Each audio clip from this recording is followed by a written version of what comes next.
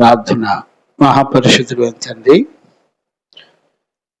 ఈ రాత్రి మరొకసారి నీ దయ, జాలి, కనికరం, కృపను మా అందరిపై కుమ్మరించి మొదటి తిమోతి పత్రిక 6వ అధ్యాయము 3, 4, 5 వచనాల్లో నుండి నీ బిడ్డలమైన మమ్మల్ని అందరినీ మీరు దర్శించి, నీ వాక్కును ఆత్మను పంపి మమ్మల్ని అందరినీ మీరు దర్శించి, మమ్మల్ని అందరినీ కూడా మహిమగల నీ రాకడ కొరకు సిద్ధపరుస్తున్న నీ ప్రేమను బట్టి కృతజ్ఞతాస్తుతులు చెల్లిస్తున్నాను నాయన. నీ చిత్తములో ఉన్న పూర్ణ సంకల్పం అంతా కూడా ప్రతి ఒక్కటి దాచిపెట్టుకోకుండా వచనం వెంబడి వచనాన్ని నీ బిడ్డలమైన మాతో మీరు మాట్లాడుతూ మమ్మల్ని అందరినీ మీరు దర్శించి బలపరిచినందుకు కృతజ్ఞతాస్తుతులు చెల్లిస్తూ, పాటల ద్వారా, ఆరాధన ద్వారా, ఉపదేశం ద్వారా, ప్రార్థన ద్వారా మమ్మల్ని అందరినీ పవిత్రులుగాను, పరిశుద్ధులుగాను, నీతిమంతులుగాను మరి నీ రాకడ కొరకు మమ్మల్ని అందరినీ మీరు సిద్ధపరిచినందుకు కృతజ్ఞతాస్తుతులు చెల్లిస్తూ యేసు నామంలో అడిగి పొందినాము తండ్రి, ఆమేన్. ప్రార్థన ఆలకించి అడిగినవన్నీ విశ్వాసము ద్వారా పొందుకునే భాగ్యం ఇచ్చి నడిపించిన యేసయ్యకు స్తోత్రము చేయుదము. స్తోత్రం, స్తోత్రం, స్తోత్రం, స్తోత్రం, స్తోత్రం. తండ్రి, కుమార, పరిశుద్ధాత్మ దేవునికి స్తోత్రము చేయుదము. స్తోత్రం, స్తోత్రం, స్తోత్రం, స్తోత్రం, స్తోత్రం, స్తోత్రం. ఆమేన్. మంచిది. మన ప్రభువైన యేసయ్యకు మహిమ, ఘనత, ప్రభావములు కలుగునగాక. ఆమేన్. Praise the Lord. చూడండి అన్న, మనందరం మొదటి తిమోతి పత్రికను మనందరం కూడా ధ్యానం చేసుకుంటున్నాము. ఈరోజు 6వ అధ్యాయంలో మరి 3, 4, 5 వచనాలు ధ్యానం చేసుకుందాం. యాక్చువల్గా ఈ 6వ అధ్యాయంలో 5 భాగాలుగా ఉన్నట్టుగా మనం చూస్తున్నాము. 5 భాగాల్లో మొదటి 2 వచనాల్లో దాసుడు యజమాని పట్ల ఎలాగుండాలి, యజమాని దాసుని పట్ల ఎలాగుండాలి అనేటువంటి విషయాలు మనం లాస్ట్ బుధవారం, సాటర్డే అనుకుంటాను నేర్చుకుంటా వచ్చాము. అలాగే ఈ 6వ అధ్యాయం, మొదటి తిమోతి పత్రిక 6వ అధ్యాయం 3వ వచనం నుంచి 10వ వచనం వరకు మరలా ఫైనల్గా అబద్ధ బోధకులను గురించి మాట్లాడడాన్ని మనందరం కూడా చూడొచ్చు. అలాగే 11వ వచనం నుండి 6వ అధ్యాయం 11వ వచనం నుండి 16 వచనాల వరకు మనందరం చూస్తే తిమోతితో పర్సనల్గా అంటే వ్యక్తిగతంగా కొన్ని హెచ్చరికలు చేస్తూ మాట్లాడినటువంటి విషయాలు మనం చూడొచ్చు. తర్వాత 6వ అధ్యాయం 17వ వచనం నుంచి 19వ వచనం వరకు సంఘములో ఉన్నటువంటి ధనవంతులను గురించి మాట్లాడడాన్ని మనందరం కూడా చూడొచ్చు. చివరిగా 6వ అధ్యాయం 20, 21 వచనాల్లో ముగింపు వచనాల గురించి మాట్లాడడాన్ని మనం చూడొచ్చు. అంటే ఈ 6వ అధ్యాయం అంతా 5 సెక్షన్లుగా డివైడ్ చేయడం జరిగింది. 5 సెక్షన్లో మొదటి సెక్షన్ మనం లాస్ట్ సెక్షన్లో యజమానులు దాసుల పట్ల ఎలాగుండాలి, దాసులు యజమానుల పట్ల ఎలాగుండాలి అని మనం 7 సంపూర్ణమైన సంగతులను గురించి నేర్చుకుంటా వచ్చాం. ఈరోజు 3వ వచనం నుండి నేను అనుకోవటం 5 వచనాల వరకు ధ్యానం చేస్తే ఈరోజు సరిపోద్దేమో అని అనుకుంటున్నాను నేను. ఈ 3వ వచనం నుండి 5 వచనాల్లో, ఈ 3 వచనాల్లో 10 సంగతులు ఉన్నాయండి, 10 లక్షణాలు ఉన్నాయి. ఈ లక్షణాలన్నీ కూడా అబద్ధ బోధకులను గుర్తించటం ఎలాగా, మరలా చెప్తున్నాను, జాగ్రత్తగా అర్థం చేసుకోండి. అబద్ధ బోధకులను గుర్తుపట్టటం ఎలాగా అంటే ఇందులో 10 లక్షణాలు మనం గుర్తుపట్టడానికి అపోస్తలుడైన పౌలు మాట్లాడాడు. 7 విషయాలేమో, ఇందులో 7 విషయాలు అంటే జనరల్గా ఒక దుర్బోధకుడిని గుర్తుపట్టడానికి కావలసిన లక్షణాలు మాట్లాడాడు. మిగతా 3 వచనాలన్నీ కూడా ఈ లోక సంబంధమైన మనుషులలో సర్వసాధారణంగా కనపడే లక్షణాలు మాట్లాడాడు. చూడండి, ఇందులోనే 2 భాగాలు, 10 అంశాలు ఉన్నాయి. 3 వచనాల్లో అబద్ధ బోధకులను గురించినటువంటి వ్యక్తులను మనం ఎలా గుర్తుపట్టాలో మొత్తం 10 అంశాలు ఉన్నాయి. ఇందులో 7 అంశాలేమో పౌలు చాలా జనరల్గా మాట్లాడినట్టుగా అనిపించింది. తర్వాత చివరి 3 విషయాలు మాత్రం లోకంలో మనుషులందరిలో ఉన్నటువంటి లక్షణాలే ఈ బోధకుల్లో కూడా ఉంటాయి. చివరి 3 విషయాలు మొత్తం 10 లక్షణాలను మనం గనుక జాగ్రత్తగా పరిశీలించి తెలుసుకోగలిగితే ఇందులో మనం దుర్బోధకులను గుర్తుపట్టే 10 లక్షణాలు ఉన్నాయి. మనకి ఊరికే చదివి విన్నంత తేలిగ్గా దొరికేది కాదు. మీరు గుర్తుపెట్టుకోండి, ధ్యానించబడిన ఉపదేశం విన్నప్పుడు మన జీవితంలో విశ్వాసం కలుగుతుంది. ఇక్కడ ఒక శత్రువుని లేకపోతే అబద్ధ బోధకులు గుర్తుపట్టాలంటే మొట్టమొదట నీకు ఉపదేశం తెలిసి ఉండాలి. దేవుడు ఏం మాట్లాడాడో అది నీకు అర్థం కాకపోతే నువ్వు ఏ దుర్బోధకుల చేతిలో నీ జీవితం ముగించబడిద్దో తెలియదు. చాలా మందికి రక్షించబడ్డాను, నేను మారు మనసు పొందాను, నేను దశంభాగాలు ఇస్తున్నాను, పరిచర్యలు చేస్తున్నాను, దైవజనులకు సహకరిస్తున్నాను అంటే మనబోటి వాళ్ళకి ఎవరికి పరలోకం ఉండదు. మరి ఎవరికి ఉంటుంది అని అంటే ఆదికాండం నుంచి ప్రకటన గ్రంథం వరకు 66 పుస్తకాల్లో ఉన్న విషయాలన్నీ మనందరికీ వెల్ నోటెడ్ అయి ఉండాలి. షైనమ్మా, అంతేనా? ప్రతి అధ్యాయం లేకపోతే ప్రతి వచనం మన విరోధుల జాడలన్నిటినీ గుర్తించగలిగిన సామర్థ్యాన్ని ఇస్తుంది.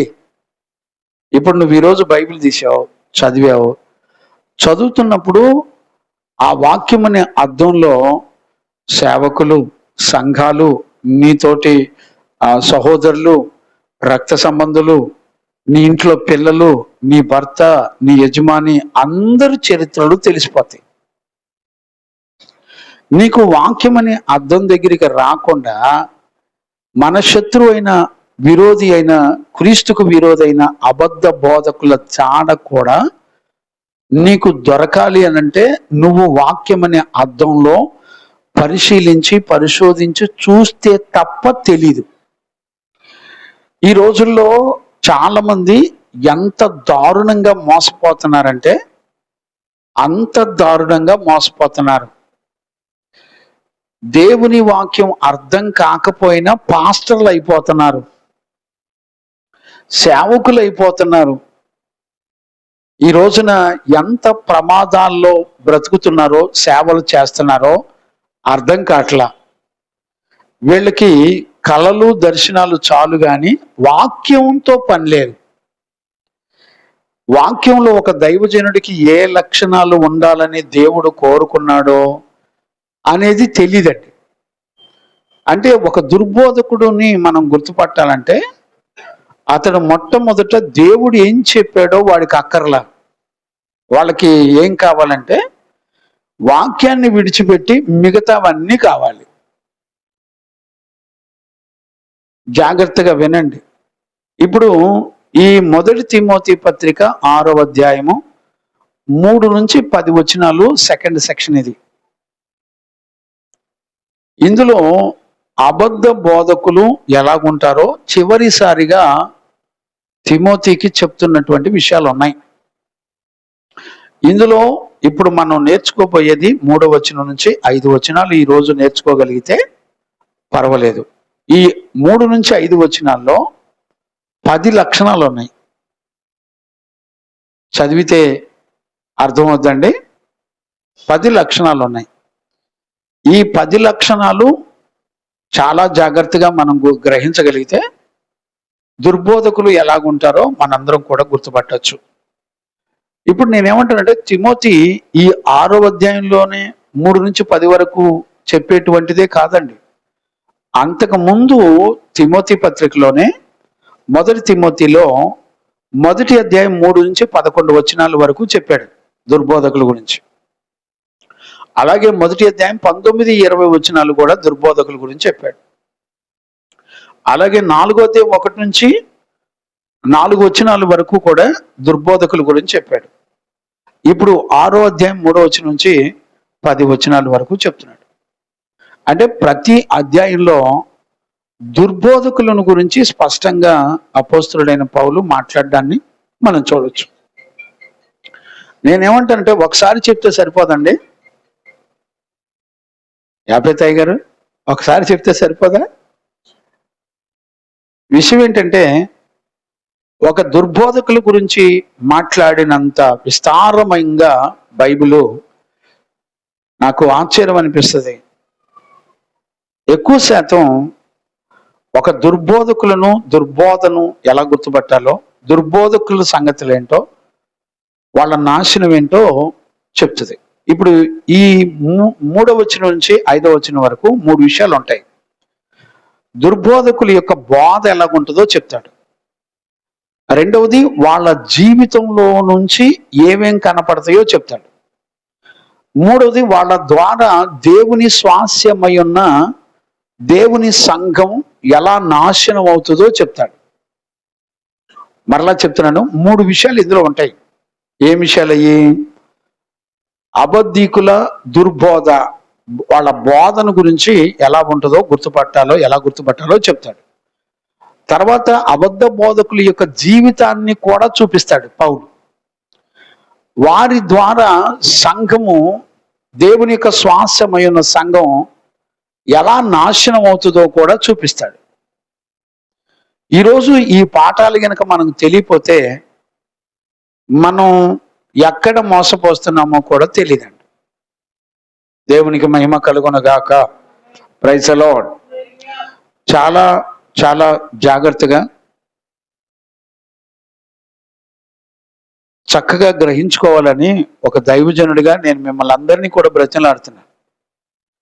వినండి, గ్రహించండి. మీకు ఏదన్నా డిఫరెంట్గా అనిపిస్తే నన్ను కూడా దిద్దండి, తప్పే ఉంది. నేను కూడా మీ దగ్గర నేర్చుకుంటాను. దేవునికి మహిమ కలుగునగాక. Praise the Lord. Hallelujah.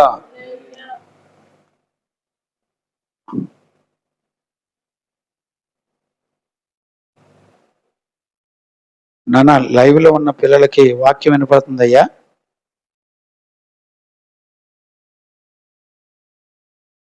Live లో పిల్లలు మాట్లాడండి ఒకళ్ళు.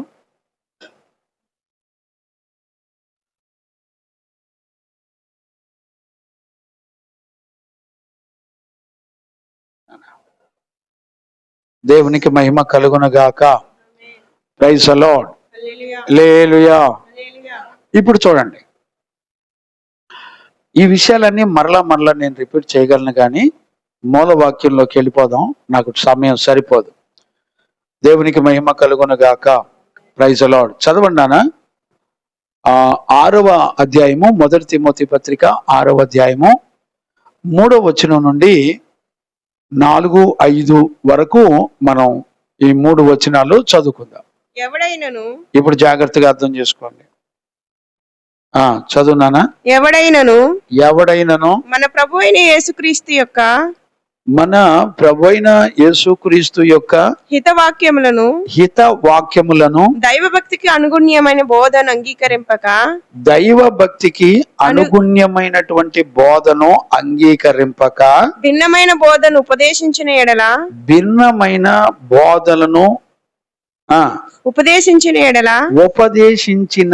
ఎడల వాడేమియు ఎరుగక వారు ఏమియు ఎరుగక తర్కములను గూర్చియు తర్కములను గూర్చియు వాగ్వాదములను గూర్చియు వాగ్వాదములను గూర్చియు వ్యర్థంగా ప్రయాసపడుచు వ్యర్థముగా ప్రయాసపడుతూ గర్వాంధుడగును.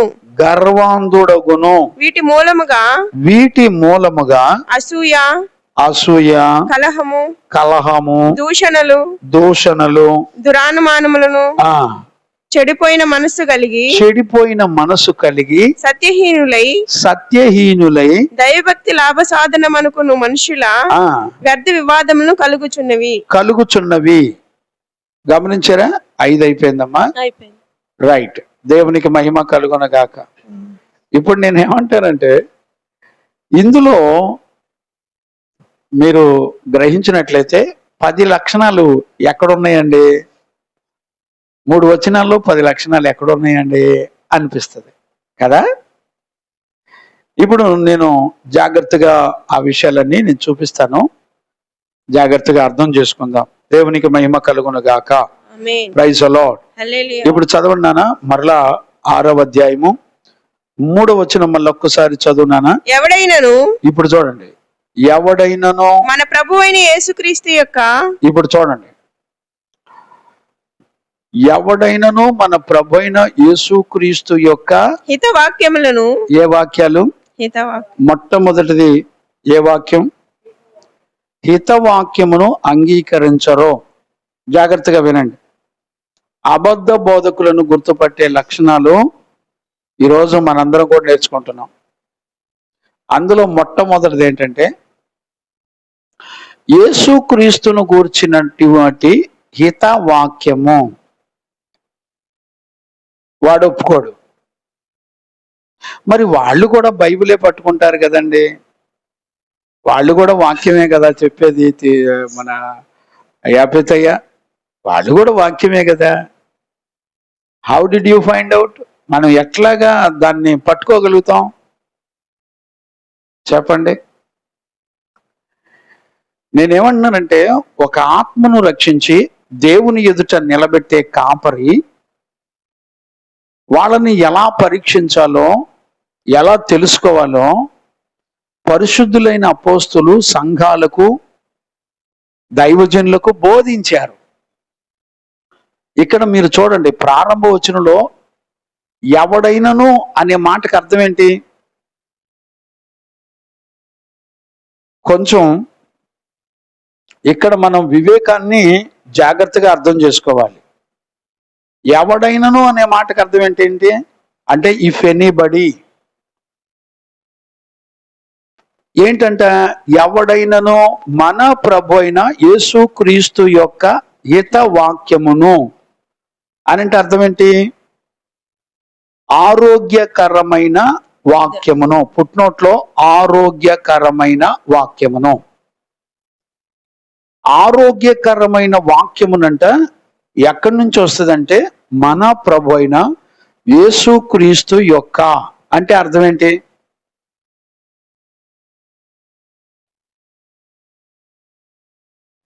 ఏం ఆలోచిద్దాం?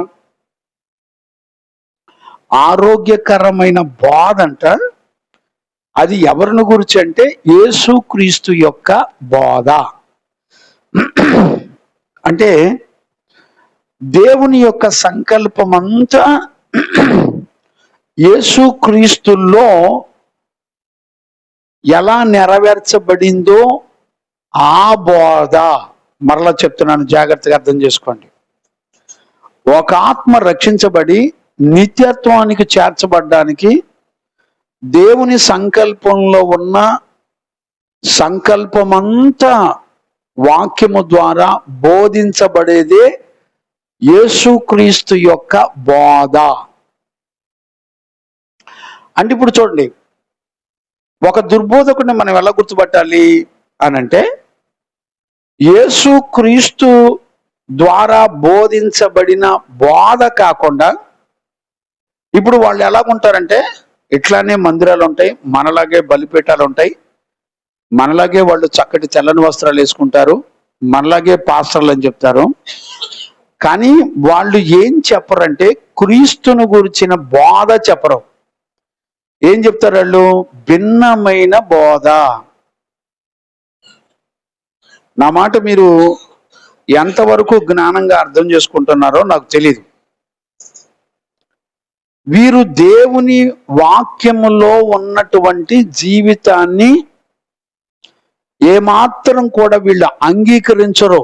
కానీ వీళ్ళు మనం ఏ భాష మాట్లాడతామో, ఏ వొకాబులరీలో ఆ పదాలు మనం ఉపయోగిస్తామో, క్రీస్తని, పరిశుద్ధాత్మని, యేసు రక్తం అని, కడగబడ్డం అనేది, పరిశుద్ధత అనేది, నీతి అనేది, విశ్వాసం అనేది, ఏ పదాలు మనం ఉపయోగిస్తామో ఎగ్జాక్ట్లీ వాళ్ళు కూడా అదే పదాలు, అదే వొకాబులరీ, అదే భాష, అదే లాంగ్వేజ్ చక్కగా మాట్లాడతారు. మరి డిఫరెన్స్ ఎలా గుర్తుపడతారండి? డిఫరెన్స్ ఎలా గుర్తుపడతారు? అందుకనే మొదటి తిమోతి పత్రికలో 3వ అధ్యాయం 5వ వచనంలోన వారికి 6వ వచనమా,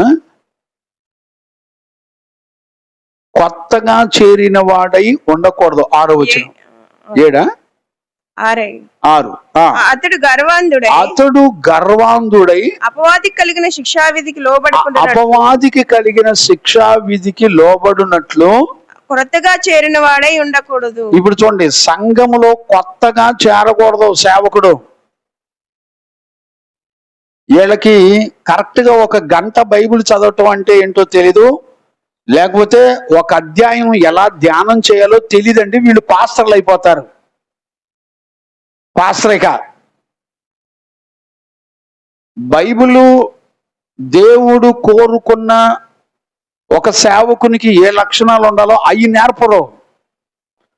ఒక దుర్బోధకుడిని ఎలా పట్టుకోవాలో మీరు జాగ్రత్తగా గుర్తుపట్టండి. సంఘానికి వచ్చాడా కథం, ఇక వాడిని తీసుకెళ్లి పాస్టర్ని చేసేయటమే. అసలు దేవుని వాక్యం అంటే ఏంటో తెలీదు, ధ్యానం చేయటం అంటే ఏంటో తెలీదు, ఒక సేవకుడికి ఏ లక్షణాలు ఉండాలో తెలీదు, అసలు భూమండలం మీద సేవ అనేది ఏ క్రమంలో జరగాలో తెలీదు. భూమండలం మీద 2 రకాల సేవలు ఉన్నాయి. ఒకటి మెల్కీసెదెకు క్రమం, రెండవది అహరోను క్రమం. ఈ 2 క్రమాలలో సేవలు భూమండలం మీద జరుగుతున్నాయి. యేసుక్రీస్తు క్రొత్త నిబంధనలో మెల్కీసెదెకు క్రమంలో చేరి సేవ చేశాడు. ఎందుకు? ఒక ఆత్మకు నిత్య రక్షణ ఇవ్వాలంటే మెల్కీసెదెకు ఉండాలి సంఘంలో. ఏండి? హెబ్రీ పత్రిక 5వ అధ్యాయము 9వ వచనం చదువునానా? హెబ్రీ పత్రిక 5వ అధ్యాయం 9వ వచనం. మరియు ఆయన సంపూర్ణ సిద్ధి పొందిన వాడై, యేసుక్రీస్తు సంపూర్ణమైన సిద్ధి పొందిన వాడై మెల్కీసెదెకు యొక్క క్రమములో చేరిన ప్రధాన యాజకుడని దేవుని చేత పిలువబడి. ఇప్పుడు యేసుక్రీస్తు సేవ చేయాలంటే మెల్కీసెదెకు క్రమంలో చేరి చేశాడు. ప్రధాన యాజకుడని దేవుని చేత పిలువబడి తనకు విధేయులైన వారికి అందరికి. దేనికి విధేయత? మెల్కీసెదెకు క్రమానికి విధేయత చూపించిన వారందరికీ నిత్య రక్షణ కలుగుటకు కారకుడాయెను. దేవునికి మహిమ కలుగునగాక. అంటే సంఘంలో ఒక మెల్కీసెదెకు క్రమంలో చేరి సేవ చేసిన వాడు ఉండాలి. మెల్కీసెదెకు క్రమం అంటే ఏంటి? తల్లిదండ్రులు గాని, ఆస్తులు గాని, పాస్తులు గాని హెబ్రీ పత్రిక 7వ అధ్యాయం చదువుకోండి. 7వ అధ్యాయం చదువుకోండి. ఇప్పుడు ఒక సేవ చేయాలంటే చదవండి. రోమా పత్రిక 12వ అధ్యాయం ఒక సేవను చూపిస్తున్నాడు దేవుడు. 2-3 వచనాలు చదువునానా? కొన్ని మొదటి నుంచి చదువు. కాబట్టి సహోదరులారా పరిశుద్ధమును దేవునికి అనుకూలమునైన. ఇప్పుడు చూడండి, పరిశుద్ధత అనే పదంతో స్టార్ట్ చేశాడు. ఒక విషయం చెప్పడానికి పరిశుద్ధత అనే విషయాన్ని ప్రారంభించాడు. దేవుని సంగతులు ఎప్పుడు కూడా పరిశుద్ధత ద్వారా ప్రారంభించబడుతుంది. ఒక పరిశుద్ధత ఒక మనిషికి ఎక్కడి నుంచి తెలుస్తుంది? దేవుని వాక్యంలోని తెలుస్తుంది. అసలు నీకు దేవుని వాక్యమే తెలియదు. దేవుడు అసలు ఏ ఉద్దేశంతో దేవుని వాక్యం మాట్లాడుతున్నాడో తెలీదు. అసలు బైబిల్ చదవటం అంటే ఏంటో తెలీదు. పరిశుద్ధుల దగ్గర నేర్చుకోవడం తెలీదు. ఏం నేర్పిస్తావు? ఏం నేర్పించి శిష్యునికి అంటావు?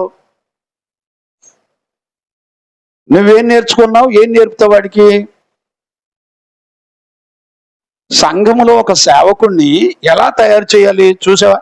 ఏ క్రమంలో సేవ చేయాలి? అసలు ఏ క్రమాలు ఉన్నాయి తెలుసా బైబిల్? ఏ క్రమంలో సేవ చేయాలి?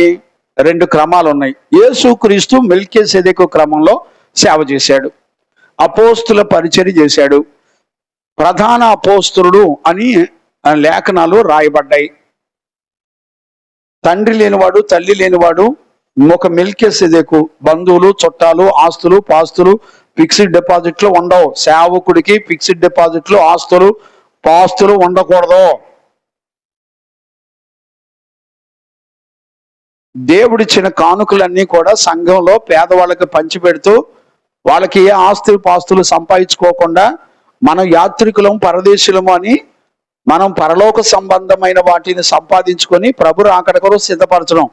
ఈ భూమండలం మీద అపోస్తులు చేసిన పరిచర్యను దేవుడు అంగీకరించాడు. పరలోకం అంగీకరించిన పరిచర్య అపోస్తుల పరిచర్య. అసలు మీ సహవాసంలో అపోస్తులు లేరు. లోకానికి పాపానికి పనికిరాని ఒక పరిశుద్ధ సేవ. చదువునానా 12:3 రోమా. కంటిన్యూ చేయ అక్కడ. కాబట్టి సహోదరులారా, మొదటి నుంచి కాబట్టి సహోదరులారా, పరిశుద్ధమును దేవునికి అనుకూలమైన సజీవ యాగముగా మీ శరీరములను ఆయనకు సమర్పించుకొనుడని దేవుని వాత్సల్యమును బట్టి మిమ్మల్ని అందరినీ కూడా నేను బతిలాడుకుంటున్నాను. ఇట్టి సేవ మీకు యుక్తమైనది. ఇప్పుడు వాళ్ళ ప్రాణాత్మ దేహ శరీరాలన్నీ కూడా బలిపీఠం మీద పెట్టబడి కాల్చబడిన అనుభవం ఉండాలి. ప్రత్యక్ష గుడారంలో బలిపీఠం ఎక్కడ ఉంటది? గేటు బయట వెలుపట ఉంటది, ఆవరణలో ఉంటది. ప్రజలందరికీ తెలిసేటట్టు అతడు తన జీవితాన్ని పరిశుద్ధతకు అప్పగించుకొని పరిశుద్ధమైన జీవితం ద్వారా దేవుని బలిపీఠం మీద పెట్టబడి కాల్చబడి లోకానికి పాపానికి పనికి రాకుండా పరిశుద్ధపరచబడి రంగు రుచి వాసన లేకుండా బూడిదగా కాల్చబడితే ఆ బూడిద అతి పరిశుద్ధ స్థలంలోకి తీసుకొని పోబడుతుంది. యాజకుడు ప్రజలందరి ముందల అతని జీవితంలో, అతని ప్రవర్తనలో, అతని జీవితం మొత్తం కూడా బహిరంగంగా ప్రజలందరూ చూస్తుండగా పరిశుద్ధ జీవితం చేయాలి. ఏమి లేదండి, గుడికి వెళ్ళడం 6 నెలలు 7 నెలలు గుడికి వెళ్తే సేవకుల్ని చేసేస్తున్నారు. మరి ఏం నేర్చుకున్నారో మరి ఏంటో దేవునికే తెలియాలి, యేసయ్యకే తెలియాలి. మంచిది, ఎవరిష్టం వాళ్ళది, నేను ఎవరిని విమర్శించట్లా. కానీ లేఖనంలో ఏముందో చూపించాలి కదా, తెలియాలి కదా. ఒక దుర్బోధకుడికి దేవుని వాక్యంతో పని ఉండదంట. మనం ఎట్ట గుర్తుపడతాం? ఈ 3వ వచనం నుంచి 5 వచనాల వరకు ఉన్న విషయాల్లో ఒక దుర్బోధకుని గురించి 10 లక్షణాలు ఉన్నాయి మనం గుర్తుపడడానికి. మరి నువ్వు వాక్యాన్ని అంగీకరించావా? ఒక మెల్కీసెదెకు క్రమం నీ మినిస్ట్రీలో ఉన్నారా? అపోస్తులు ఉన్నారా? ఇక వీళ్ళు చెప్పే అపోస్తులు ఎట్లుంటారు తెలిసిన? ఒక ఫోటోల మీద ఫోటోలు, వాడు కూర్చున్నా వంగినా నుంచున్నా ఫోటోలు వీడియోలు. ఓరి నాయనో, వాడు టక్కు టయ్యి సూట్లు లేనిపోయిన కోట్లు అద్దెకి తెచ్చుకొని మరి వాడు ఒంటి నిండా ఎచ్చులే. వాడంటే అపోస్తులుడంట. అసలు అపోస్తులు ఎలాగుంటారో బైబిల్ ఎప్పుడైనా చదివారా? ఒక ప్రతిష్ఠితుడి దగ్గరికి వెళ్ళి నువ్వు నేర్చుకుంటే నీకు తెలిసిద్ది సేవ అంటే ఏంటో. నీ పేరు మీద ఆస్తులను సంపాదించుకొని, నీ పేరు మీద ఫిక్స్డ్ డిపాజిట్లు సంపాదించుకొని నువ్వు ఒక సేవకుడు, మళ్ళీ నీ చేతి కింద మళ్ళీ సేవకులు. మరి యాడ్ నేర్చుకున్నారు నాన్న? నీకు ఒక ప్రతిష్ఠితుడు అపోస్తులుడు ఎదురైతే నీకు తెలిసిద్ది. ఆడ దగ్గర ఎదిగితే పరలోకం అంగీకరించే ఒక దైవజనుడు ఎలాగుండాలో పరిశుద్ధ లేఖనం ఏం చెప్తుందో చూడొచ్చు. యేసుక్రీస్తే ఒక ఆత్మకి నిత్య రక్షణ ఇవ్వాలంటే ఒక మెల్కీసెదెకు క్రమంలో చేరి ఆయన అహరోను క్రమంలో చేరక అని రాయబడింది. హెబ్రీ పత్రిక 5, 6, 7 అధ్యాయాలు చదువుకోండి. చదువుకుంటే మీకు వివరంగా అర్థమైంది. అసలు మినిస్ట్రీలో దేవుని కొరకు నాజీరు చేయబడిన వాడు, లోకానికి పాపానికి పనికిరాని ఒక ప్రతిష్ఠితుడు ఒక్కడన్నా ఉన్నాడా మీ మినిస్ట్రీలో? సంఘాల్లో ఒక్కడన్నా చూపించు నాకు. అంటే వీళ్ళకి ఏం పని ఉండదు, వీళ్ళకి వాక్యంతో పనే ఉండదండి. దేవుడు ఏం చెప్తున్నాడు, ఆయన ఏం కోరుకున్నాడు. 1 తిమోతి పత్రిక 3వ అధ్యాయం 1 నుంచి 7 వచనాల్లో 15 లక్షణాలు ఉన్నాయి ఒక పాస్టర్ సేవ చేయాలంటే. మీలో ఎవడైనా ఎవడైనాను అధ్యక్ష పదవిని ఆశించిన అంటే సేవ చేయాలనుకుంటే నీకేం కావాలి? ఇదిగో నేను చెప్పిన 15 లక్షణాలు నీలో ఉంటే నువ్వు పోయి సేవ చేయ అన్నాడు.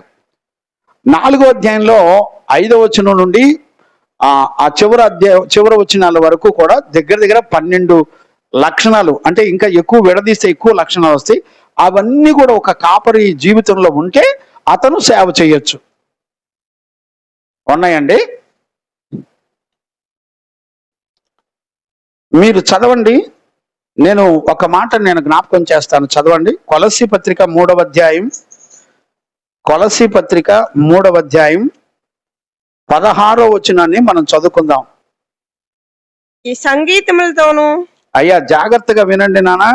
కొలస్సీ పత్రిక 3వ అధ్యాయం సంగీతములతోను, కీర్తనలతోను, ఆత్మ సంబంధమైన పద్యములతోను ఒకనికి ఒకడు బోధించుచు, బుద్ధి చెప్పుచు, కృపాసహితంగా మీ హృదయంలో. ఇప్పుడు చూడండి, ఒకరినొకరు బోధించుచు బుద్ధి చెప్పుచు. ఎందుకు మళ్ళీ? ఇప్పుడు ఒక విషయాన్ని చెప్పడానికి దేవుడు అంటాడు, మీరు ఒకరినొకరు బుద్ధి చెప్పుచు ఒకరినొకరు బోధించుచు అంటారేంటి? ఎవరు ఒకరినొకరంటే? పరలోకం అంగీకరించిన బాధ ఎక్కడుంది? అపోస్తుల దగ్గర ఉంది. ఒక అపోస్తులుడి జీవితం అంటే ఏంటో తెలిసినా తెలీదు. ఏ క్రమంలో నువ్వు సేవ చేస్తున్నావో తెలుసా? కనీసం తెలీదు. ఏ క్రమంలో సేవ చేస్తే ఒక ఆత్మకు నిత్య రక్షణ వస్తుంది? తెలీదు. మరి నీకేం తెలుసు? బైబిల్లో అక్కడ వచ్చిన వాళ్ళు తీసుకొని చదివి చెప్పడం తెలుసా? అంతేనా? బైబిల్లో ఆది కాండం నుంచి ప్రకటన గ్రంథం వరకు 66 పుస్తకాలు వచ్చిన వెంబడి వచ్చిన ప్రతి సంపూర్ణత, దేవుని గురించినటువంటి ప్రతి క్రీస్తు యొక్క సర్వ సంపూర్ణత అంతా కూడా బోధించాలి. 2 పిట్ట కథలు, 4 పాటలు, ఏంటి 2 సాక్ష్యాలు, 2 ఇతరుల న్యూస్ల్లో జరిగినటువంటి కొన్ని 4 బోధలు, క్రీస్తుని గురించిన విషయాలు కాకుండా మరి ఏదో ఒకటి బోధిస్తూనే ఉంటాడు. ఆడి పని అంతే. ఏదో ఒక బోధ చేస్తూ ఉంటాడు. అంటే దేవుడు ఒక సేవకుడిని తయారు చేసినప్పుడు, ఒక సేవకుడు తయారయ్యేటప్పుడు అతన్ని, అందుకనే ఇప్పుడు తిమోతితో ఏమంటాడు? తొందరపడి మీరు హస్త నిక్షేపణ చేయమాకండి. ఎవడు నెత్తి మీద పెడితే ఆ నెత్తి మీద చెయ్యేసి, అపోస్తులు కొత్త నిబంధనలో ఒక వ్యక్తిని సేవకు గాని పరిచర్యకు గాని అభిషేకించేటప్పుడు వాళ్ళు కొబ్బరి నూనె డబ్బాలు ఏం వాళ్ళ. కొబ్బరి నూనె డబ్బాల పరిచర్య అంతా అహరోను క్రమం యొక్క పరిచర్య. కొబ్బరి నూనె నెత్తి మీద పోసి అభిషేకించడం అనేది పాత నిబంధన ధర్మశాస్త్రం. మీరు పాత నిబంధన ధర్మశాస్త్రంలోకి వెళ్ళమాకండి. కొత్త నిబంధనలో ఒక ప్రతిష్ఠితుడు హస్త నిక్షేపణ ద్వారా అభిషేకించాలి సేవకి. ఏమో మరి మీకు ఇన్ని రెఫరెన్సులు చూపిస్తున్నాను, వాక్యం చూపించి మాట్లాడుతున్నాను. మరి ఎంతమందికి అర్థమవుతుందో, ఎవడెవడికి అర్థమవుతుందో నాకు అర్థం కావట్లా. మిమ్మల్ని ప్రభువుకి అప్పగించడం తప్ప నేనేం చేయగలుగుతాను? మీకు ఏ రెఫరెన్సులు ఉన్నాయి నాకు చూపించండి. ఒకసారి నాతో మాట్లాడండి. పోని మాట్లాడరు. మాట్లాడితే ఎక్కడ దొరికిపోతారో భయం. వాక్యం చెప్పేటప్పుడు సౌండ్ తగ్గించుకుంటావు, పాటలు పాడేటప్పుడు ఇక చూడు ప్రపంచం మొత్తం చెవులు బొక్కలు పడేటట్టు పాటలు పెడతావు. మనిషిని బతికించేది జీవవాక్యం, క్రీస్తుని గురించినటువంటి వాక్యం. దేవుడు నీకు ఏది ఇస్తే చెప్పరాదు 4 మాటలో. పాడి పాడి పాడి దేవా చెవులు బొక్కలు పడుతున్నాయి. పాడు, 2 గంటల పాటలే. వాక్యం ఎప్పుడు చెబుతావు? ఎన్ని సంవత్సరాలు పట్టిద్ది? ఒక పరిశుద్ధుడి దగ్గర ఎన్ని సంవత్సరాలు నేర్చుకోవాలి? 10 సంవత్సరాలు 17 మంది పిల్లల్ని 10 సంవత్సరాలు పెంచితే 4 బయటకు వచ్చారండి. 10 సంవత్సరాలు గూట్లో నుంచి బయటికి రాకుండా శిష్యులను కంటం మొదలు పెడితే 17 మంది పిల్లల్లో 10 సంవత్సరాలు ఊపిరాడకుండా కష్టపడితే బయట ప్రపంచానికి వెళ్లకుండా సంఘంలో కూర్చొని పొద్దున సాయంత్రం వాక్యం చెబుతూ వాళ్ళకి గంటలు గంటల ఉపదేశాలు చేస్తే 4 పిల్లల్ని కంటానికి కడుపులో పేగులు తెగిపోయినాయి. మరి నీకు 2 నెలలకి 3 నెలలకి 6 నెలలకి సంవత్సరానికి శిష్యులు తయారైపోతున్నారు. మరి ఇది ఎక్కడ ట్రైనింగో నాకు తెలియటల్లా. లేఖనాల ఆధారం ఏమున్నాయో నాకు చూపించండి అయ్యా, నేను కూడా నేర్చుకుంటా. ఏం మరి దేవునికే తెలియాలి. ఇప్పుడు కొలస్సీ పత్రికలు ఏమంటాడు చదువునానా? సంగీతం కృపా సహితమైన ఒకరినొకరు బోధించుచు బుద్ధి చెప్పుచు.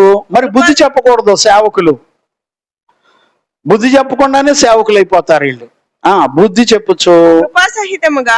ఇప్పుడు చూడండి, జాగ్రత్తగా అర్థం చేయ. కృపా సహితముగా మీ హృదయంలో దేవుని గూర్చి గానము చేయుచు. మీ హృదయములలో దేవుని గూర్చి గానము చేయుచు.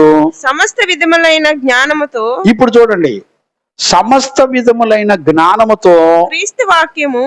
అయ్యా, సమస్త విధములైన జ్ఞానముతో రకరకాలుగా క్రీస్తు యొక్క వాక్యమును మీలో సమృద్ధిగా నివసింపనివ్వండి. మొట్టమొదటి లక్షణం. ఇప్పుడు అబద్ధ బోధకులు ఎట్టుంటారు? వాళ్ళని ఎట్ట గుర్తుపడతావు? ఈడు వాక్యం చెప్పడు, క్రీస్తు చెప్పిన విషయాలు చెప్పడు, యేసు క్రీస్తు చెప్పిన బోధ చేయడు. వీడేం చేస్తాడు? సేమ్ మన భాషే ఉపయోగిస్తాడు. పరిశుద్ధత అంటాడు, విశ్వాసం అంటాడు, యేసు రక్తం అంటాడు, కడగబడాలంటాడు, ప్రార్థన అంటాడు, అన్నీ ఓకే. కానీ అక్కడ ఏ ఊరు ఉండరంటే యేసు క్రీస్తు ఒక సేవకుడిని తయారు చేయడానికి, లేకపోతే ఒక సేవకుడు తయారవ్వడానికి, ఒక సేవకుడు అనిపించడానికి అతనికి ఏ బోధ చెప్పాలో, యేసు క్రీస్తు ఏ బోధ చెప్పాడో అది చెప్పడం. ఇప్పుడు సంఘానికి సేవకులకి ఏం తెలియాలి? ఏ క్రమంలో సేవ చేస్తే ఒక ఆత్మకు నిత్య రక్షణ వస్తుంది చెప్పడం. ఎందుకు? వాడికి తెలియదు, వాడి పైన నాయకులు ఎవడు చెప్పడం. అసలు ఏ క్రమంలో నువ్వు నీ సంఘం నీ మినిస్ట్రీలు ఏ క్రమంలో సేవ చేస్తున్నారు? అహరోను క్రమమా? ఒక మెల్కీసెదెకు క్రమమా? మనకంటే క్రైస్తవుల కంటే అన్యజనులు బైబిల్ చదివి తెలుసుకుంటున్నారండి. అన్యజనులు అంటున్నారే, మీ దేవుడు ఏ క్రమంలో బోధించాడు రా అని అడుగుతున్నారు అన్యజనులు బైబిల్ చదివి. ఒక సేవకుడు ఏ క్రమానికి అప్పగించుకొని బోధ చేస్తున్నాడు, సంఘాన్ని కడుతున్నాడు.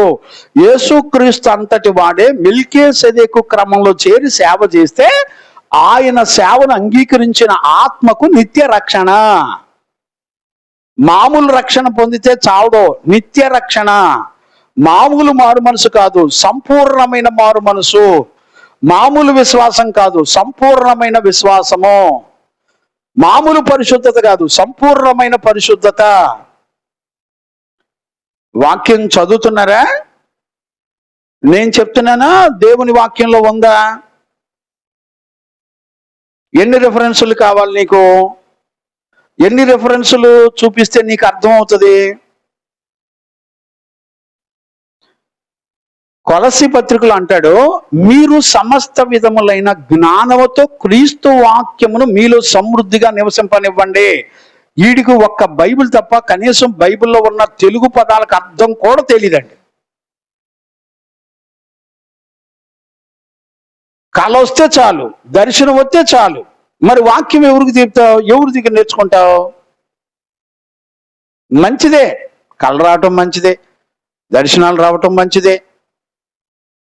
నీకు అసలు ఏ వాక్యానికి ఏ అర్థం ఇస్తుంది? ఏ సందర్భంలో దేవుని ఆత్మ మాట్లాడుతుంది? అసలు బైబిల్ రీడింగ్ ఉండాలిగా.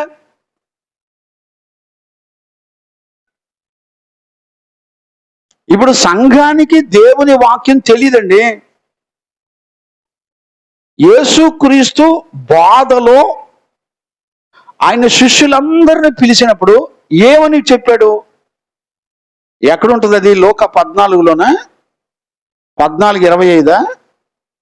ప్రజలందరినీ చూసి ఏమంటాడు ఆయన? 14:25 అనుకుంటాను, చూడనా? బహుజన సమూహం. రైట్, మైక్ దగ్గర పెట్టుకో సరిగ్గా.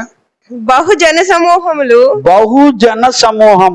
ఆయనతో కూడా వెళ్ళుచున్నప్పుడు. ఇప్పుడు చూడండి, ఇక్కడ మనం తిమోతి పత్రిక 6 నువ్వు తీయద్దులేనా, నేను చెప్తాను చూడండి.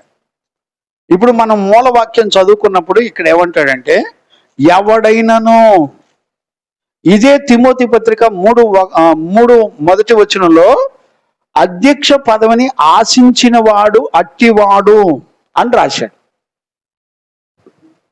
ఎవడైనను, చూసారా పదాలు? చూసారా? ఎవడైనను. ఇప్పుడు యేసుక్రీస్తు కూడా ఏమంటున్నాడు? ఆ ప్రజలందరిని చూచి బహుజన సమూహములు ఆయనతో కూడా వెళ్ళుచున్నప్పుడు ఆయన వారి తట్టు తిరిగి ఎవడైనను నా యొద్దకు వచ్చి. ఇప్పుడు చూడండి, ఒక శిష్యుని గురించి చెప్పడానికి బహుజన సమూహాలందరి మధ్యలో చెప్తున్నాడు, పబ్లిక్ గా చెప్తున్నాడు. ఒక దైవజనుడు లేకపోతే ఒక శిష్యుడు ఎలా తయారవ్వాలో, ఏ జీవితం చెయ్యాలో చెప్తున్నాడు. చదువునానే. ఎవడైనను నా యొద్దకు వచ్చి. ఎవడైనను దేవుని యొద్దకు రావాలి. ఫస్ట్ దేవుని యొద్దకు రావటం అంటే అర్థం ఏంటి? తెలీదు. మరి ఏం నేర్చుకుంటావు? ఎవడైనను ముందల దేవుని యొద్దకు రావాలి. వచ్చిన తర్వాత వాట్ అబౌట్? తన తండ్రిని, తల్లిని, భార్యను, పిల్లలను, అన్నదమ్ములను, అక్క చెల్లెండ్రును, తమ ప్రాణమును సహా ద్వేషింపకూడదు. ఇప్పుడు చూడండి, ప్రాణంతో సహా ద్వేషించాలి. వీళ్ళే అపోస్తలులు, ప్రతిష్ఠితులు. ఒక మెల్కీసెదెకు. ఇలాంటి శిష్యుల దగ్గర, ఇలాంటి అపోస్తుల దగ్గర శిష్యులుగా మనం తయారవ్వాలి. బైబిల్ చూసారు ఎప్పుడన్నా? చదువు.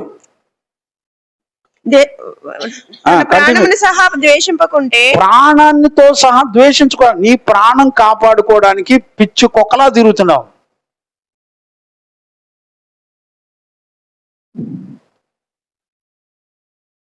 గుర్తుపెట్టారా? నీ ప్రాణం ఏ జీవము గల దేవుని చేతిలో ఉందో గుర్తుపెట్టుకొని ఆ జీవము గల దేవుని చేతికి అప్పగించుకోవాలి. ప్రాణాన్ని ద్వేషించాలి. తన ప్రాణాన్ని కాపాడుకోవాలనుకునేవాడు చస్తాడు. తన ప్రాణం క్రీస్తు నిమిత్తం పోగొట్టుకునేవాడు వాడే అపోస్తలుడు. మెల్కీసెదెకు. ఒక ప్రతిష్ట కలిగిన జీవితం. చదువునానా. వాడు నా శిష్యుడు కానేరడు. ప్రాణంతో సహా ద్వేషించకపోతే నా శిష్యుడు అవ్వలేడు. మరియు ఎవడైనా తన సిలువను మోసుకుని నన్ను వెంబడింపని ఎడల వాడు నా శిష్యుడు కానేరడు. సిలువనే కాడిని ఎత్తుకొని మొయ్యాలి. ఏం నేర్చుకుంటావు? చదువు. చాలే నాన్న. దేవునికి మహిమ కలుగునగాక. కొలసీ సంఘంతో అంటాడు, మీరు అన్ని విషయములో అన్ని రకాల జ్ఞానములతో నువ్వేం చేయాలా? యేసు క్రీస్తుని సంపూర్ణంగా, ఆయన వాక్యం మొత్తం నీ హృదయానికి అర్థం కావాలా, తెలియాలి. ఏ వచనానికి తెలుగు వాక్యమే, ఏ వచనానికి ఏ అర్థం, సందర్భం, అసలు అక్కడ టెక్స్ట్ ఏం చెప్తుంది, ఆత్మ నడిపి, కనీసం మినిమం జ్ఞానం అన్నా ఉండాలి. ఏమీ లేకుండా 30 రోజులు 40 రోజులు సంవత్సరం ట్రైనింగ్ అవ్వటం, నేను సేవకుడిని అంటాం, సర్టిఫికెట్లు పట్టుకొని తిరగటం. కొత్త నిబంధనలో కొబ్బరి నూనెతో సేవకు అభిషేకించటం అనేది కొత్త నిబంధనలు అసలు ఎక్కడా లేదు. ఒక ప్రతిష్ఠితుడు మెల్కీసెదెకు అపోస్తలుడు హస్త నిక్షేపణ చేసి అప్పగించాలి. ఎందుకు? అతడు లోకానికి పాపానికి పనికి రాకుండా, ఆస్తులు పాస్తులు లేకుండా తన ప్రాణాత్మ దేహ శరీరాలు దేవుని కొరకు అప్పగించుకొని బ్రతికేవాడు.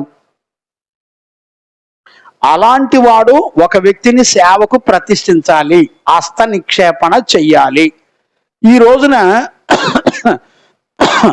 ఆడోళ్ళు హస్త నిక్షేపణ చేసి సేవకులకు అభిషేకం ఇస్తున్నారు. ఆడోళ్ళు యాపేతయ్య గారు ఏం చేద్దాం? ఆడోళ్ళు బాప్తీసాలు ఇస్తున్నారు, టబ్బులో కూర్చొని నుంచోబెట్టి. ఆడోళ్ళు బల్లారాధనలు ఇస్తున్నారు, ఆడోళ్ళు నెత్తి మీద చేతులు వేసి ప్రార్థన చేస్తున్నారు, మగవాళ్ళకి ఆడవాళ్ళకి. ఏ ఊర్లో నేర్చుకొని వచ్చారో తెలియదు. ఒక ప్రధాన అపోస్తలుడు, ఒక ప్రతిష్ఠితుడైన యేసుక్రీస్తు నేర్పిన క్రమాలు బైబిల్లో ఏమున్నాయి? ఒక వ్యక్తి సేవ చేయాలంటే కనీసం ఒక అపోస్తలుడు చేతి కిందన్నా పంపబడి ఉండాలి కదా.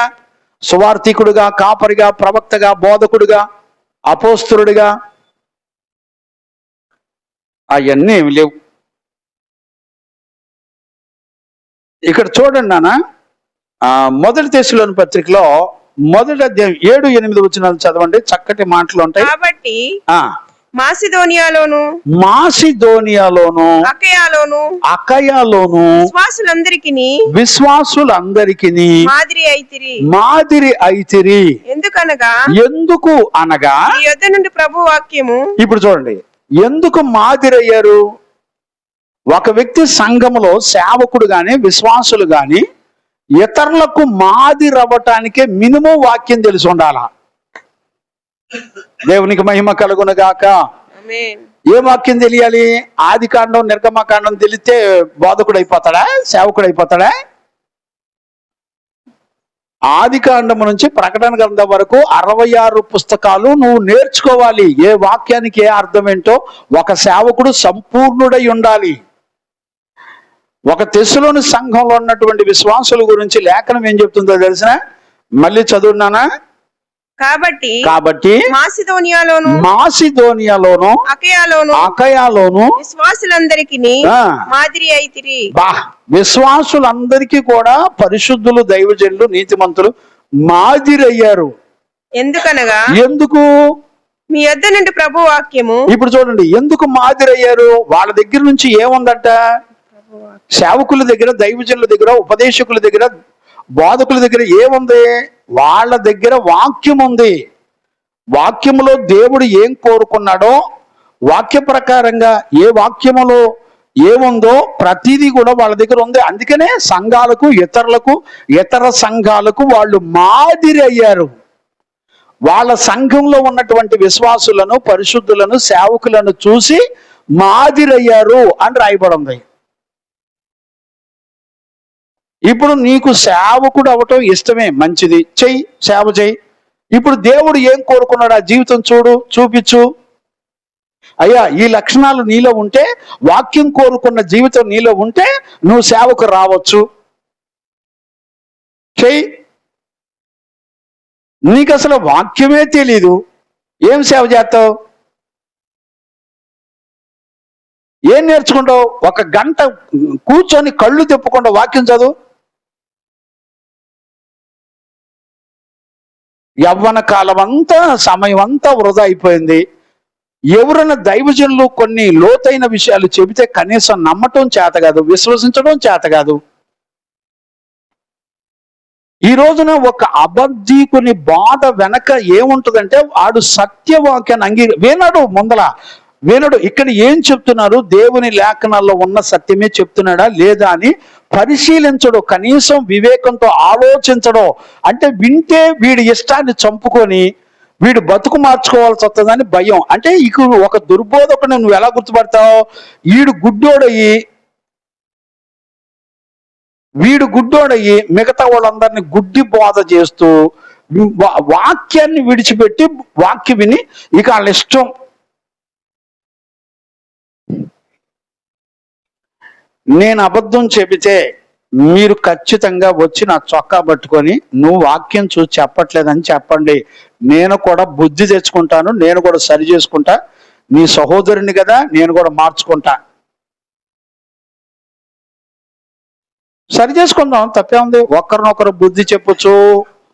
సంపూర్ణమైన జ్ఞానముతో క్రీస్తు యొక్క వాక్యము చేత నీ హృదయాలు నింపబడి ఉండాలి. అబద్ధం అంటే అబద్ధం చెప్తున్నాడా?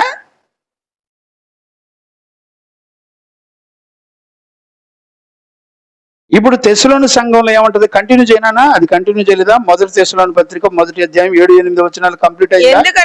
ఎందుకనగా మీ యొద్ద నుండి ప్రభు వాక్యము, మీ యొద్ద నుండి ప్రభు యొక్క వాక్యము మాసిదోనియాలోను అకయాలోను మ్రోగెను.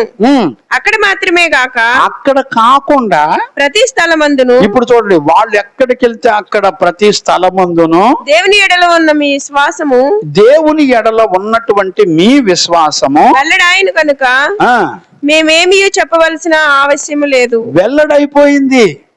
దేవుని వాక్యము ద్వారా, సువార్త ద్వారా వెల్లడైపోయింది. మెల్కీసెదెకు క్రమంలో చేరి సేవ చేయాలి. ఆ ప్రజలందరికీ కూడా వాక్యము వెల్లడైపోయింది. వీళ్ళు ఏ ఊరు వెళ్తే ఆ ఊరు, ఏ ప్రాంతానికి వెళ్తే ఆ ప్రాంతంలో ఒక మెల్కీసెదెకు క్రమంలో ఉన్నటువంటి క్రమంలో చేరి, లేకపోతే అలాంటి దైవజనుల దగ్గర పంపబడి సేవకులై, సువార్థికులై, కాపరులై, బోధకులై సేవ చేయాలి. చేస్తున్నారండి? ఏం లేదండి. ఈ వాక్యాలను బోధించి ధనాశాపరులు ఉంటాయి. 10 లక్షణాలు చెప్పాలిగా, అందులో వస్తాయి మెల్లగా, అన్నీ కూడా వస్తాయి. మీరు విందురు గాని. దేవునికి మహిమ కలుగును గాక. Praise the Lord. హల్లెలూయా. చూడండి, 2వ తెస్సలోని పత్రిక 3వ అధ్యాయం 1వ వచనం చదవన్నానా? 2వ తెస్సలోని పత్రిక 3వ అధ్యాయం 1వ వచనం. తుదకు సహోదరులారా, ఇప్పుడు చూడండి, తుదకు సహోదరులారా, మీలో జరుగుచున్న ప్రకారము, మీలో జరుగుచున్న ప్రకారము ప్రభు వాక్యము శీఘ్రంగా వ్యాపించి. ఇప్పుడు చూడండి, మీలో జరుగుచున్న ప్రకారం అంటే ఏం జరుగుతుంది? ఒక మెల్కీసెదెకు క్రమంలో సేవ, సువార్త, పరిచర్య జరుగుతుంది. తొదకు సహోదరులారా, మీలో జరుగుచున్న ప్రకారము ప్రభు యొక్క వాక్యము శీఘ్రముగా వ్యాపించి మహిమపరచబడు నిమిత్తము మేము మూర్ఖులైన దుష్ట మనుషుల చేతిలో నుండి తప్పింపబడు నిమిత్తమును. చాలే. క్రీస్తు యొక్క వాక్యము, హిత వాక్యము ఏమనుంది అక్కడ? శీఘ్రముగా, మీలో జరుగుచున్న ప్రకారముగా ప్రభు యొక్క వాక్యము శీఘ్రముగా వ్యాపించి మహిమపరచబడు నిమిత్తము. ఏ క్రమం వ్యాపించింది? అహరోను క్రమమా, మెల్కీసెదెకు క్రమమా? ఏ క్రమంలో సేవ విస్తరిస్తుంది? అసలు మీ సహవాసంలో, మినిస్ట్రీలో ఒక మెల్కీసెదెకు ఉన్నాడా? అపోస్తలుడు ఉన్నాడా? ప్రతిష్ఠితులు ఉన్నారా? ఒక అపోస్తలుడు అంటే ఎలాగుంటాడో చూసారా బైబిల్లో? అతనికి ఏ లక్షణాలు ఉంటాయో చూసారా బైబిల్లో? చూడరు. పోని చెబితే అర్థం చేసుకోరు, పోని పిలిస్తే రారు. వీళ్ళకు పట్టింది కుందేలుకు 3 కాళ్ళు అంటే ఇక 3 కాళ్ళే. ఇక జనాలందరూ నమ్మాలి అంటే వాక్యంలో ఏం చెప్తున్నాడో, మిగతా గ్రంథాల్లో ఏం చెప్తున్నాడో వీళ్ళకి అవసరంలా. మేము చెప్పేదే నెంబర్ 1 బోధ.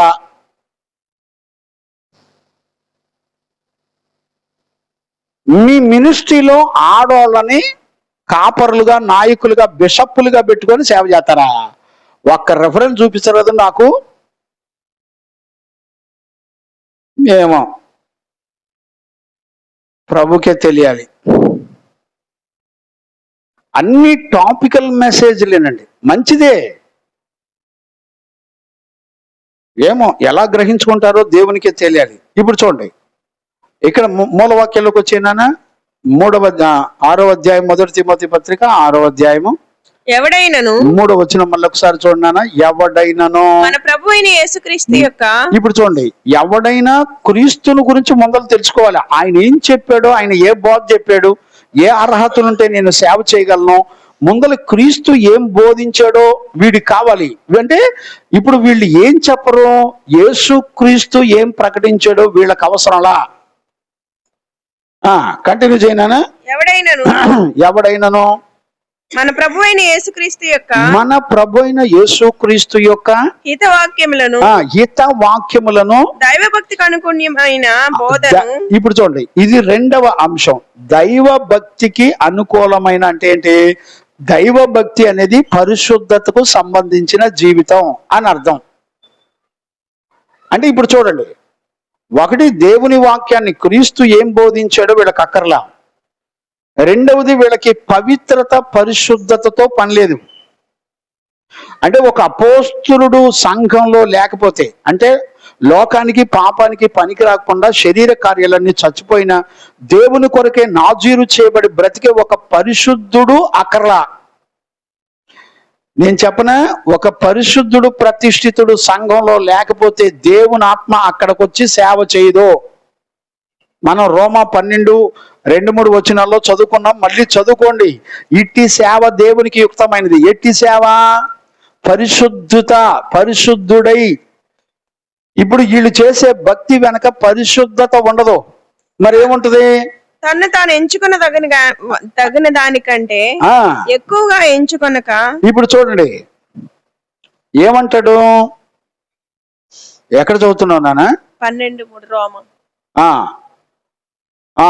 తన్ను తాను హెచ్చించుకున్న దానికంటే ఎక్కువగా ఎంచుకోవద్దు.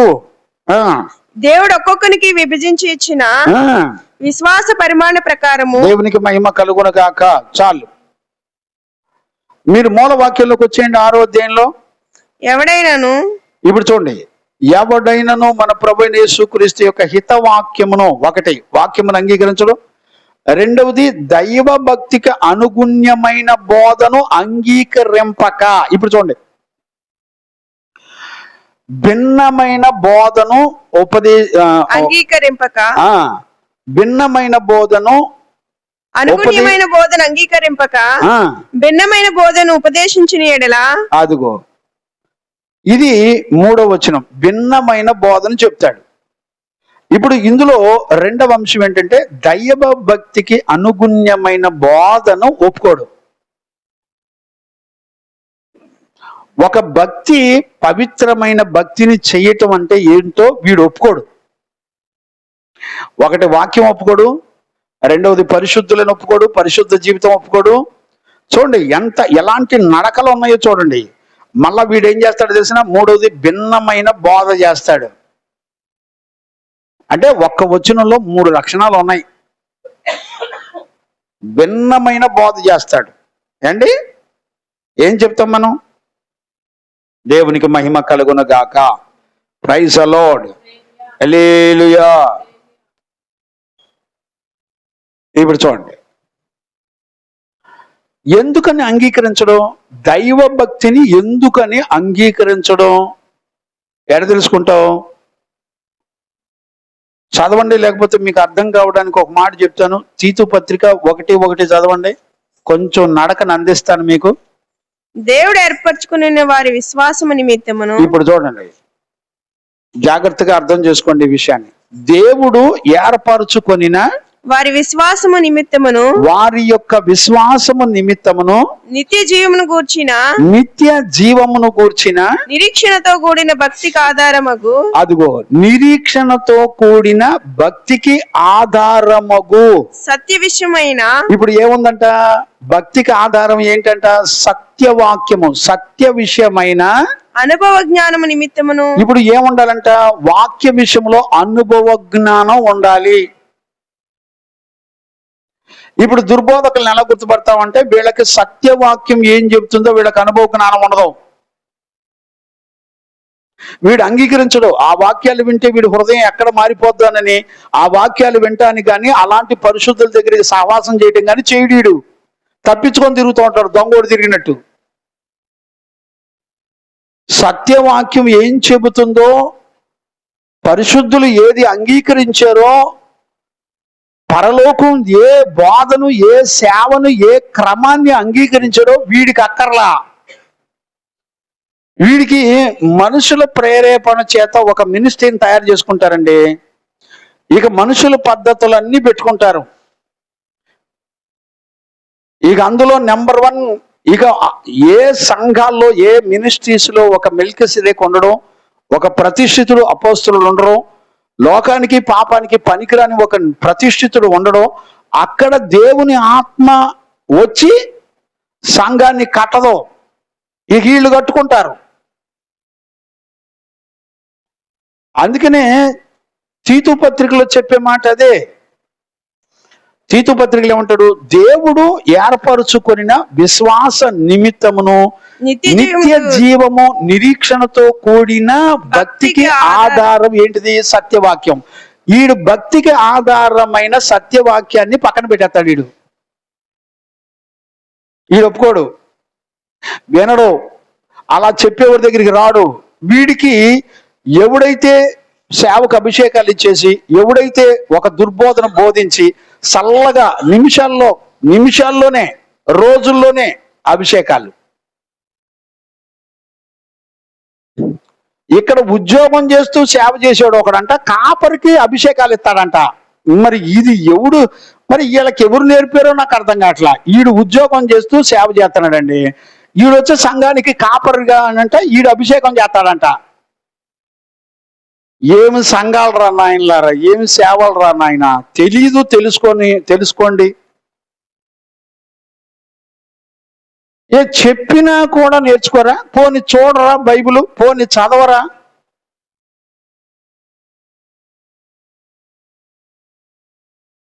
ఉద్యోగం రిజైన్ చేసి సేవ చేయమనండి, విశ్వాసం మీద ఆధారపడి వాక్యం చెప్పిన వాళ్ళు ఇచ్చిన కానుక తీసుకొని బతకమనండి చూద్దాం, సేవ చేయమనండి చూద్దాం. ఈడేమో ఉద్యోగం చేస్తూ వాడి పిల్లల్ని బీటెక్లు ఎంటెక్లు వాడి పిల్లల పేర్ల మీద ఆస్తులు డిపాజిట్లు ఫిక్స్డ్ డిపాజిట్లు దాచిపెట్టుకొని హల్లెలూయా దేవుడు విశ్వాసము ద్వారా మన సంఘాన్ని కడతనాడని బాధ్యతడు ఈడు. మళ్ళీ ఈడు ప్రసంగాలకి వినే భక్తులు ఎక్కువ. మళ్ళీ ఈ గొల్లపూడి నిండా ఈ భక్తులు ఎక్కువేనండి. పరిశుద్ధ లేఖనం ఏం చెబుతుంది? అసలు ఎవడు సేవకుని అనాలి? బైబిల్ పట్టుకున్న ప్రతి ఒక్కడిని పాస్టర్ అంటమే.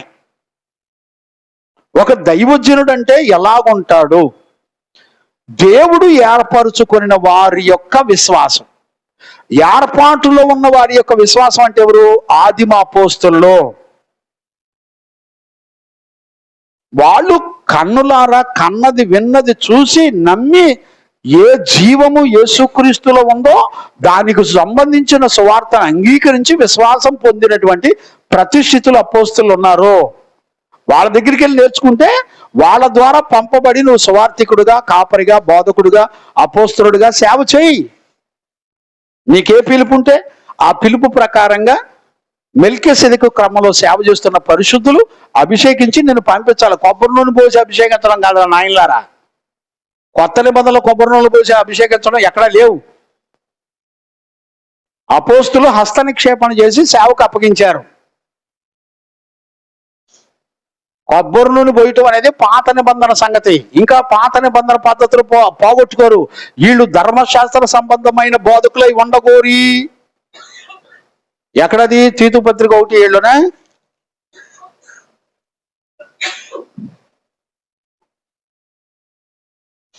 రెండో తిమోతియా?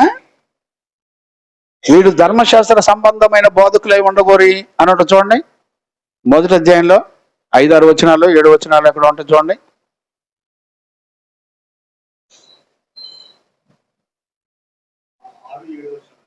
6-7 వచనాలు ఎక్కడది?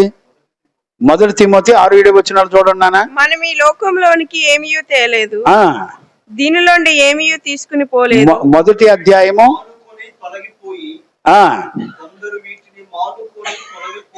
5-6 వచనాలేనా? 6-7 లేకపోతే 5 నుంచి చదవండి నానా. వినండి 1 తిమోతి పత్రిక 1వ అధ్యాయము 6-7 వచనాలు లేదా 5 నుంచి చదవండి నాన్న, మీకు అర్థమవుద్ది.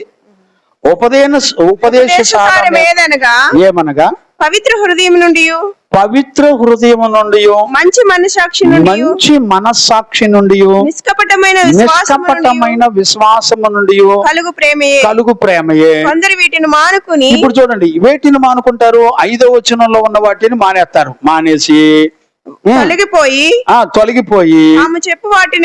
తాము చెప్పు వాటినైనను నిశ్చయమైనట్టు రూఢిగా పలుకు వాటినైనను గ్రహింపకపోయి అసలు ఆడు ఏం చెప్తున్నాడు, ఏం బోధ చేస్తున్నాడు, వీళ్ళకి గ్రహింపు లేకపోయినను ధర్మశాస్త్రోపదేశకులు ఇప్పుడు చూడండి, ధర్మశాస్త్రోపదేశకులై ఉండగోరి నిష్ప్రయోజనమైన ముచ్చట్ల తట్టు తిరిగి అయినను. చూసారా, ఇప్పుడు ఉపదేశంలో ఏ క్రమం ఉంది, ఏ పవిత్రత ఉంది, మంచి మనస్సాక్షి ఉంది, నిష్కపటమైన విశ్వాసం నుండి కలిగే ప్రేమను ఇవన్నీ వదిలిపెట్టేసి ఈడేం చేస్తాడంటే కొందరు వీటిని మానుకొని తొలగిపోయి తాము ఏం చెప్తున్నాడో వాడికి తెలియదు, నిశ్చయమైనట్టు రూఢిగా పలకటం కూడా తెలియదు, గ్రహించలేడు, ఆడు ఏం బోధ చేస్తున్నాడో వాడికి తెలియదు, వాక్యంలో సారం ఏంటో తెలియదు అండి.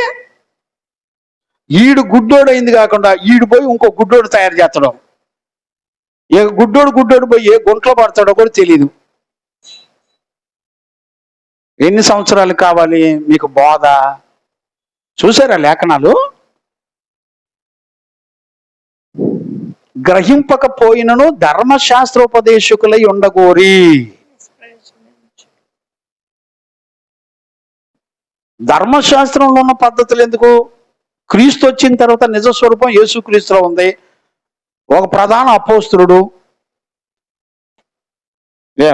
ఏం చూస్తారో తెలియదు. దేవునికి మహిమ కలుగునుగాక. Praise the lord. ఇప్పుడు చూడండి, వీళ్ళు ఏం చేస్తారట, భిన్నమైన బోధ చేస్తారు. ఆరో వచనంలోకి 6:3 వచ్చేయండి.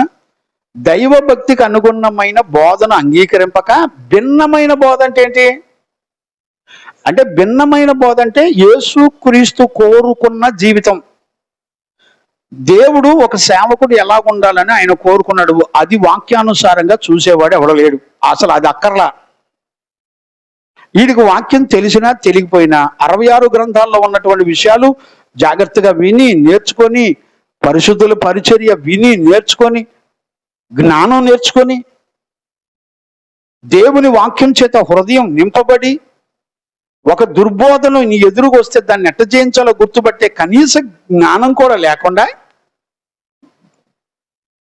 వీడు సత్యవాక్యం చెప్పిన వాళ్ళ బోధ వింటే ఎక్కడ మనసు మార్చుకొని బతుకు మారిద్దోనని భయం వేసి వీడు 36 అంకలు తిరుగుతూ ఉంటాడు, పాము తిరిగినట్టు తిరుగుతూ ఉంటాడు వీడు.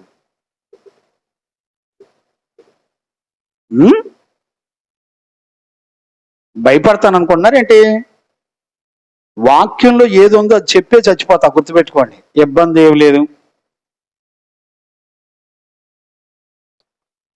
పరిశుద్ధ లేఖనాల్లో ఏది చెప్తుందో అది చెప్పాలండి. మా పని ఏంటి? దేనికి నియమించబడ్డాం? వాక్యం ఏం చెప్తుందో అది చెప్దాం. ఇప్పుడు వాక్యం పట్టుకొని రా, మాట్లాడదాం. పోని సంఘ పిల్లలు కూడా తెలుసుకోండి, వివేకం ఉండాలి, ఈ విషయాలన్నీ గమనించుకోవాలి. అర్థమవుతుందండి? భిన్నమైన బోధన ఉపదేశించిన ఎడలా రాశాడు. ఇక ఆడేంటి భిన్నమైన బోధ చేస్తాడు. ఇప్పుడు గలతీ 1:6 ఏమని చదువునానా? గలతీ పత్రిక 1వ అధ్యాయం 6వ వచనం చదవండి. క్రీస్తు యొక్క కృపను బట్టి మిమ్మల్ని పిలిచిన వానిని విడిచిపెట్టేసి భిన్నమైన సువార్త తట్టుకు. అంటే భిన్నమైన సువార్త తట్టుకు అంటే ఏంటి? ఈ యేసు క్రీస్తు ఒక అపోస్తలుడు, ప్రధాన అపోస్తలుడు, 12 మంది శిష్యులు ఏ బోధ చేశారు? ఈ బోధ చెప్పడక పెట్ట కథలు, సాక్ష్యాలు, లోక వార్తలు, ఈ బలిపీఠం మీద కూర్చొని ఈ చెప్తా ఉంటాడు. ఇక అంటే క్రీస్తుని చెప్పడం. మరి ఏం చెప్తాడు? చదువునాను. భిన్నమైన సువార్త తట్టుకు మీరు ఎంత త్వరగా తిరిగిపోవుట చూడండి ఎంత స్పీడ్ గా తిరిగిపోతారో. భిన్నమైన సువార్త తట్టు సత్యవాక్యం ఏం చెప్తుందో వీడికి అర్థం కాదు. ఈ భిన్నమైన బోధల తట్టు తిరిగిపోయి నాకు ఆశ్చర్యమగుచున్నది. నాకు ఆశ్చర్యపోతున్నాడు, పౌలే ఆశ్చర్యపోతున్నాడు. అది మరి ఒక సువార్త కాదు. గలతీ సంఘం 13 ఆశీర్వాదాలు కలిగిన సంఘం అండి. అందులో ఒక్క ఆశీర్వాదం కూడా మన దగ్గర ఎతికినది కూడా దొరకదు. అట్లాంటి ఆశీర్వాదాలు కలిగిన సంఘాన్ని అపోస్తలుడైన పౌలు చెప్తాడు. ఏంటి ఎంత స్పీడ్ గా తిరిగిపోయారు మీరు? క్రీస్తుని వదిలిపెట్టి భిన్నమైన బోధకు తిరిగిపోయారేంటి? అది మరి ఒక సువార్త కాదు అది గాని మరొక సువార్త కాదు గాని క్రీస్తు సువార్తను చెరుపుగోరి యేసు క్రీస్తు యొక్క సువార్తను చెరపగోరి మిమ్మల్ని కలవరపరిచే వారు కొందరున్నారు. మిమ్మల్ని కలవరపరిచేవాడు కొంతమంది ఉన్నారు. మేము మీకు ప్రకటించిన సువార్త ఇప్పుడు కాక చెప్తున్నాడు చూడండి, మేము మీకు ప్రకటించిన సువార్త కాకుండా మరి ఒక మరి ఒక సువార్తను మేమైనను పరలోకం నుండి వచ్చిన ఒక దూత పరలోకం నుండి వచ్చిన ఒక దూత అయినను మీకు ప్రకటించిన ఎడల అతడు శాపగ్రస్తుడు. ఇప్పుడు చెప్పండి, అతడు శాపగ్రస్తుడు. అయిపోయింది. భిన్నమైన బోధ చేసేవాడు శాపగ్రస్తుడు. ఒకవేళ మేమైనను అంటే అపోస్తుల వేషం వేసుకున్న దొంగ అపోస్తులైనా కూడా, లేకపోతే ఒరిజినల్ అపోస్తులైనా కూడా, మేమైనా మొన్న ప్రకటించింది కాదు మేము ఇప్పుడు అది కాదు, దేవుడు ఇది బయలుపరిచాడని ఇంకో మాట చెప్తే అది నమ్మొద్దు. వాడు శాపగ్రస్తుడు అయిపోతాడు. పరలోకం నుండి వేరొక దేవదూత వచ్చి ఈ సువార్తలో ఉన్న విషయం చెప్పకుండా వేరొక సువార్త కనుక మీకు ప్రకటిస్తే వాడు శాపగ్రస్తుడు. తెలియట్లేదండి? వాక్యం చెప్పట్లేదా? నేను వాక్యంలో ఉన్న విషయాలు చెప్తున్నానా, నా సొంత డైలాగులు చెప్తున్నానా? ఇప్పుడు మనం 3 విషయాలు నేర్చుకున్నాం. అర్థమైందండి? 3 విషయాలు. దేవునికి మహిమ కలుగును గాక. 1, వాక్యాన్ని అంగీకరించడం.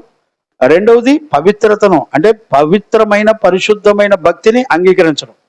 3వది వీళ్ళు ఏం చేస్తారంటే భిన్నమైన సత్యవాక్యానికి భిన్నమైన బోధలు చేస్తూ ఉంటారు. వాక్యంలో క్రీస్తు ఏం చెప్పాడు చెప్పరు. వీళ్ళ పైన నాయకులు ఏం చెప్తా ఉంటారు. అపోస్తులు ఏం ప్రకటించారో చూడండి, నేర్చుకోండి. మంచిది, సేవ చేయడం మంచిది. దేవునికి మహిమ కలుగును గాక. ఆయన పరిశుద్ధతను ప్రేమించడం మంచిది. ఆయన నీతిని ప్రకటించడం మంచిది. ఆసక్తి మంచిదే. కానీ దేవుడు కోరుకున్న లక్షణాలు కలిగి ఉండి చేయాలి. దేవునికి మహిమ కలుగును గాక. ఇందులో 10 లక్షణాలు ఉన్నాయండి. గమనించారా? 10 ఆశీర్వాదాలు ఉన్నాయి. 10 గుణాలు, క్షమించండి, ఆశీర్వాదాలు కాదు, 10 లక్షణాలు. ఒక దుర్బోధకును గుర్తుపడడానికి 10 లక్షణాలు ఉన్నాయి. ఇప్పుడు 3 నేర్చుకున్నాం, ఇంకా 7 లక్షణాలు ఉన్నాయి. టైము 1 గంట అయిపోయింది. దేవునికి మహిమ కలుగును గాక. Praise the lord. కనుక అంత్య దినాల్లో సంఘం మరి ఒక దుర్బోధను గుర్తుపడడానికి 10 రకాలైన లక్షణాలు ఇందులో ఉన్నాయి. 5 వచనాల్లో, 3 వచనాల్లో 10 రకాల లక్షణాలు ఉన్నాయి. అవి నేర్చుకొని ఒక దుర్బోధకుల్ని ఎలా గుర్తుపట్టాలో నేర్చుకొని ప్రభు రాకడ కొరకు పరిశుద్ధమైన జీవితం చేస్తూ సత్యవాక్యాన్ని అంగీకరించే కృప, దుర్బోధనల్ని ఎదిరించే ఒక శ్రేష్టమైన కృప చేత మనందరం నడిపించబడ్డానికి పరిశుద్ధాత్మ దేవుడు సహాయం చేసి నడిపించును గాక. ఆమేన్. ప్రార్థన చేసుకుందాం.